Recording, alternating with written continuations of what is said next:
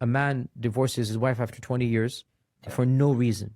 That's the Yeah, I key can see point. it. For no reason. There's no legitimate reason. The man, if he divorces his wife for no reason, and I find that I don't want to say this intentional, but I find it a little misleading because no one ever gets a divorce for no reason.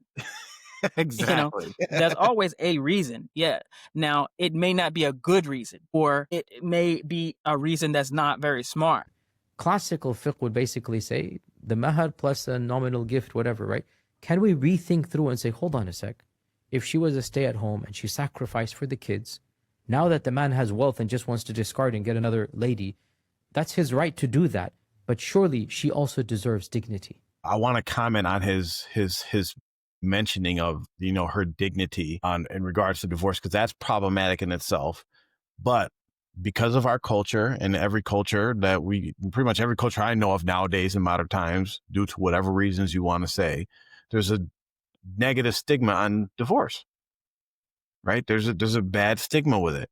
There is a stigma with polygamy too, but that primarily comes from one side of the aisle. Can we rethink through and say, hold on a sec, if certain conditions are met, should he not be liable for an alimony? So that's what alimony is. It's different from maintenance in Islamic concept. Maintenance in Islamic concept is only applicable in certain situations where we're talking about iddat period, right? That alimony is a third party coming in and saying, you have to pay your ex-wife this amount of money for X amount of years or X amount of time.